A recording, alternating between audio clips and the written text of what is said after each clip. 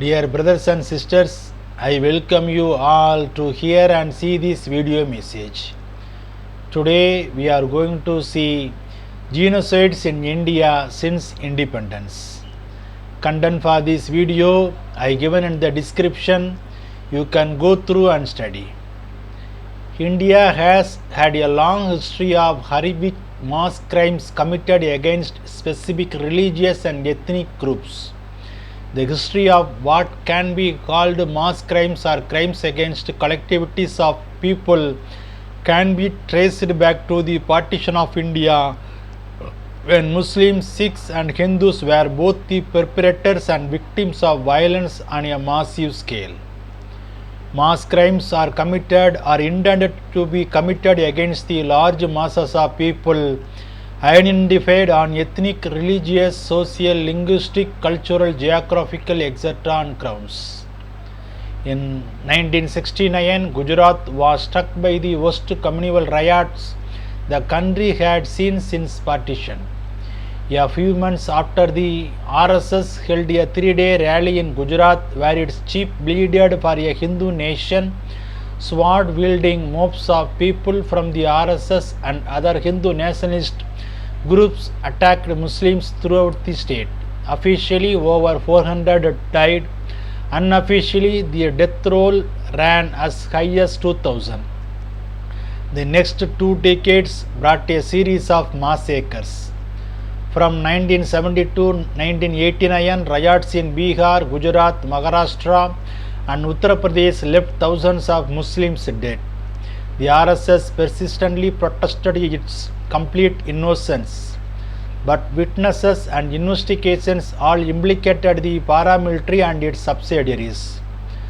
Among the most shameful episodes in post-independence India's history are the massacres at Delhi in 1983, the pogrom against the Sikhs in 1984, the brutal suppression of the insurgency in Punjab from the mid-80s to the mid-90s, the pogroms following the destruction of the Babri Masjid in 1992, the ongoing violation in Kashmir and the genocide in Gujarat in 2002.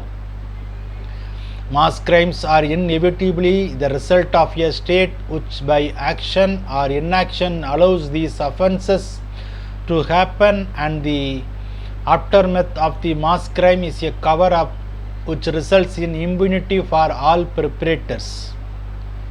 In 1989, Bhagalpur riots, its absolute was a tussle between Hindu and Muslim religious groups in Bihar during a Rama Navami proceeding of the VHP, that is Vishwa Hindu Parishad, under its Ram Mandir agenda.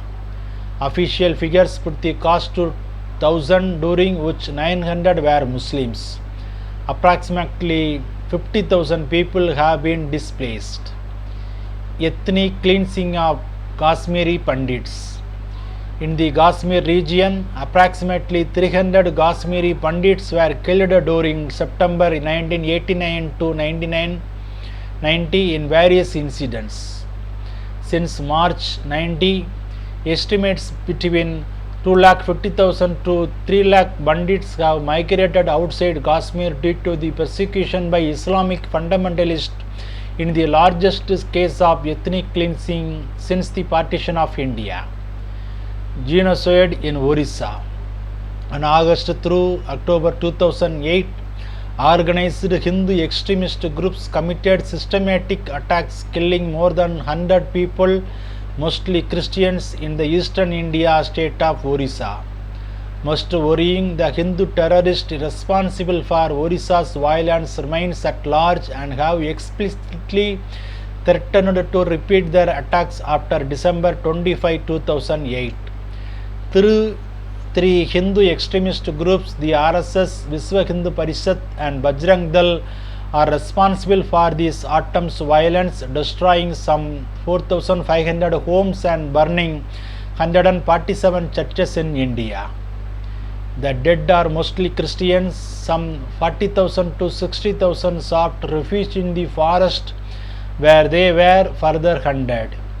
Hundreds remain missing.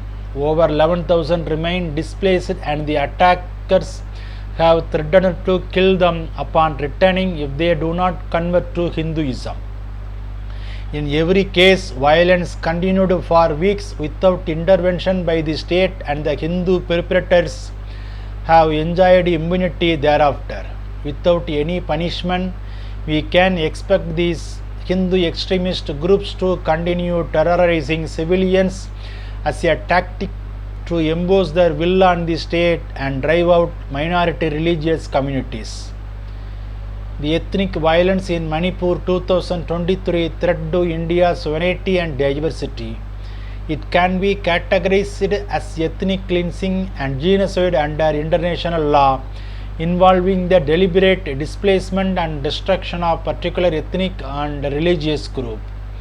The riot in Manipur is turning into a genocide in a way unheard of in India's history. It has become another version of the riots that took place in Gujarat years back. There has been a very planned move to instigate violence. Those who are calling for genocide massacre are in one way or other linked to BJP's ideological mentor RSS and revered by the senior party leaders who hold top constitutional offices. In other words, Mr. Modi's silence means an endorsement. Bible talks about genocide. In Genesis chapter 34 verse 30, we are so few that they will join forces and crush us. I will be ruined and my entire household will be wiped out. Also in Psalms chapter 35 verse 20, for they do not speak peace, but they devise deceitful words, that is half truth and lies, against those who are quiet in the land.